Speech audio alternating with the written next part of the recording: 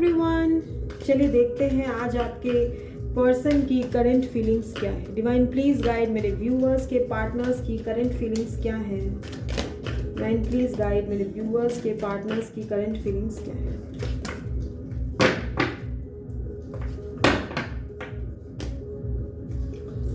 Star,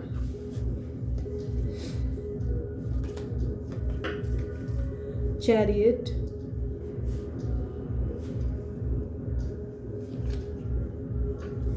Page of Wands, okay. Temperance,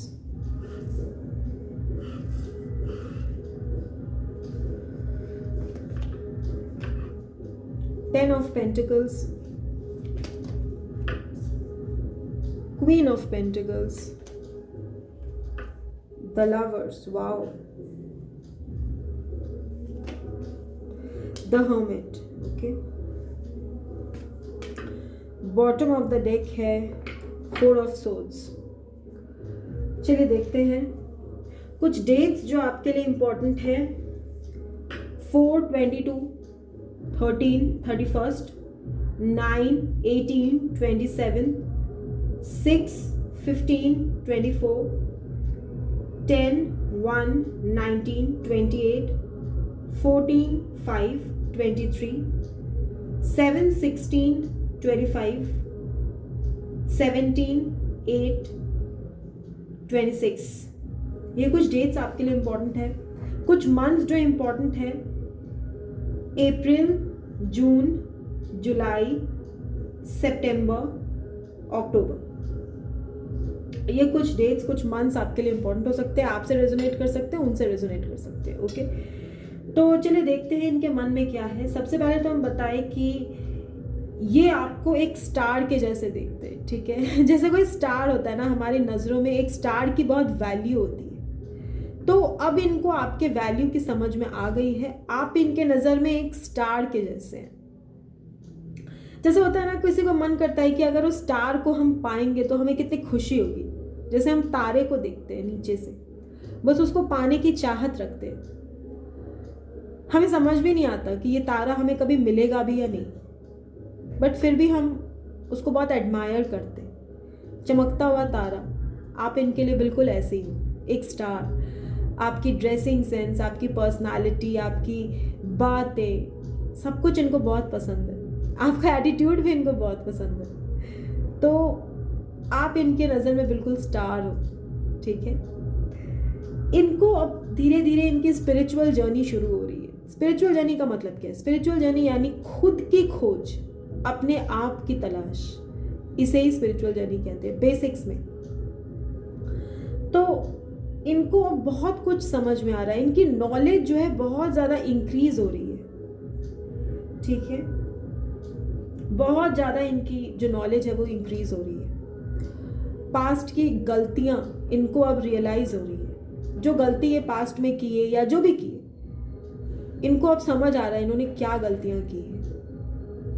और ये आना चाहते हैं आपके पास, ये आपके पास आना चाहते हैं। आपके साथ एक अनकंडीशनल लव इनको फील होता है। इनकी फीलिंग्स में ज़रूर है एक अनकंडीशनल लव आपके साथ एक नई शुरुआत करने का इच्छा, आपके तरफ आने का इच्छा, ये इनका है। इनको आपके संग ऐसा फील होने लगा है कि कुछ ऐसा बॉन्ड है जो ये कितनी भी कोशिश करें नहीं तोड़ सकते। न ये तोड़ सकते हैं, न आप तोड़ सकते हैं। आप दोनों में से कोई नहीं तोड़ सकता, क्योंकि ये angel protected, angel guided connection है। ये इतना इजीली नहीं टूटेगा। ये रिश्ते ना हम अपने मर्जी से जोड़ते हैं, ना हम अपनी मर्जी से तोड़ते हैं। कुछ रिश्ते आसमानों पे बनते हैं, तो धरती पे उनका तोड़ना जोड़ना कुछ भी हमारे हाथ में नहीं होता, वो डिवाइन के हाथ में होता है। ये चीज इनको भी समझ में आ रही है। इनको इतनी नॉलेज आ गई है कि ये किसी को लाइफ में गाइड कर दे, कुछ आने वाले समय में गाइडेंस दे दे किसी को, इतना इनको नॉलेज आ गई है।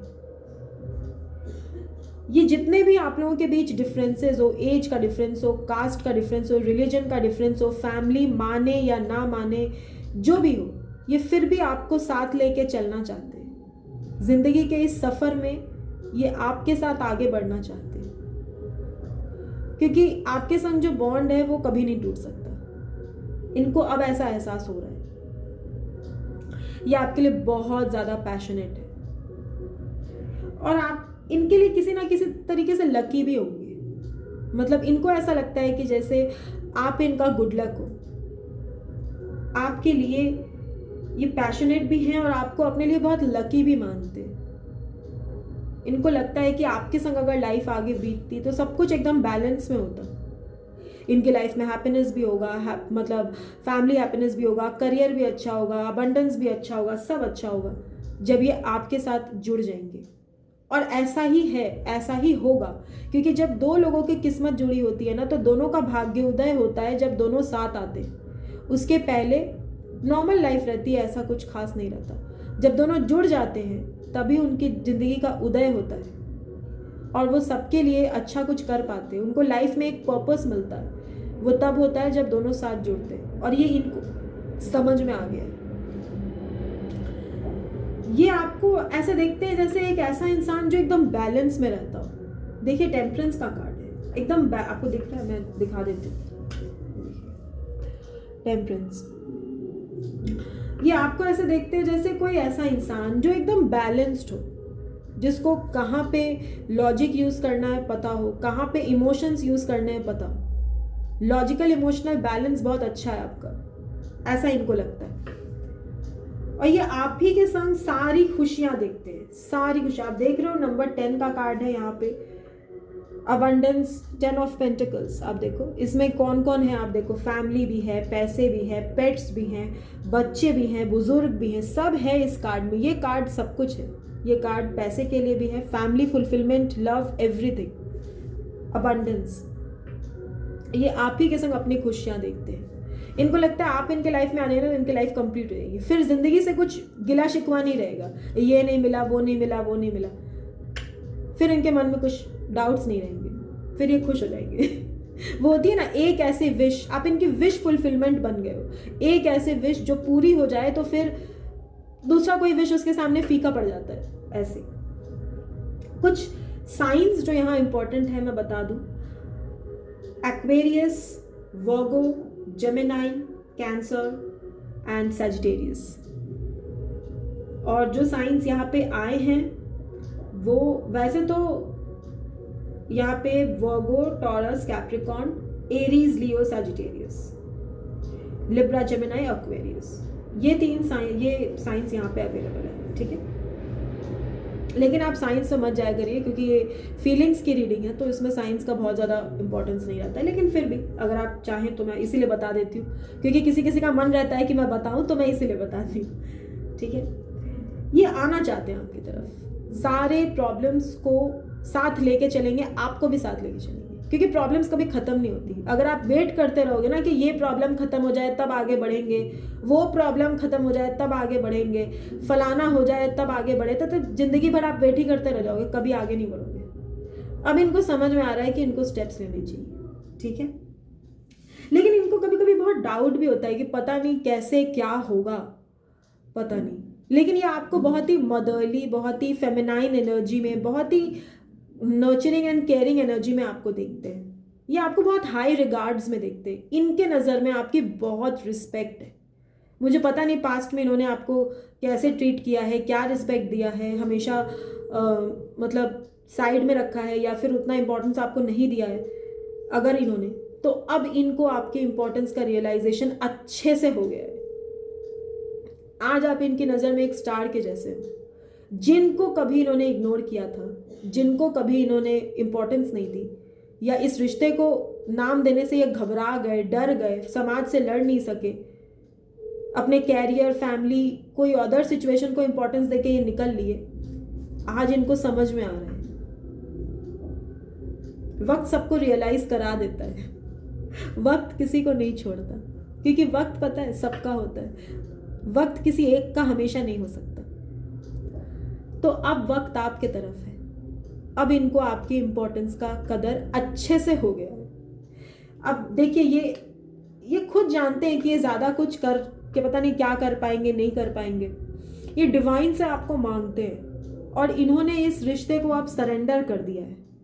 अब इन्होंने डिवाइन को कह दिया है कि आप ही देखो, मेरे बस की अब नहीं रहेगी। जब तक आप इनके कंट्रोल में था ना, इनको था कि हाँ ये आपको कंट्रोल कर लेंगे, ये रिश्ते को चला लेंगे, जैसे इनको मर्जी होगा वैसे होगा, वरना रिश्ता नहीं रहेगा, इस तरह का इनका था। अब इनका ऐसा कुछ नहीं। अब तो ये रिश्ता जुड़ जाए और आप लाइफ में आगे बढ़ो, इनके साथ कंप्लीशन हो आपकी, अब तो यही इनके माइंड में है। ठीक है, और इन्होंने जो है डिवाइन को सरेंडर किया है। एक्शन मुझे अभी भी नहीं दिख रहा है, ये इनके माइंड में है, लेकिन एक्शन ये नहीं लेंगे क्योंकि इनको ऐसा लगता है कि कोई चमत्कार हो जाए, डिवाइन ही कुछ करे तो करे, ये कुछ नहीं कर सकते। चलिए कोई बात नहीं, जब इंसान का डिवाइन टाइमिंग आता है तो सब एक्शंस अपने आप हो जाते हैं। ठीक है, तो यही थी आपके पर्सन के करंट फीलिंग्स की reading. Thank you so much viewers for being with me. आपने इतना प्यार दिया, इतना सपोर्ट किया, thank you so much viewers. Bye.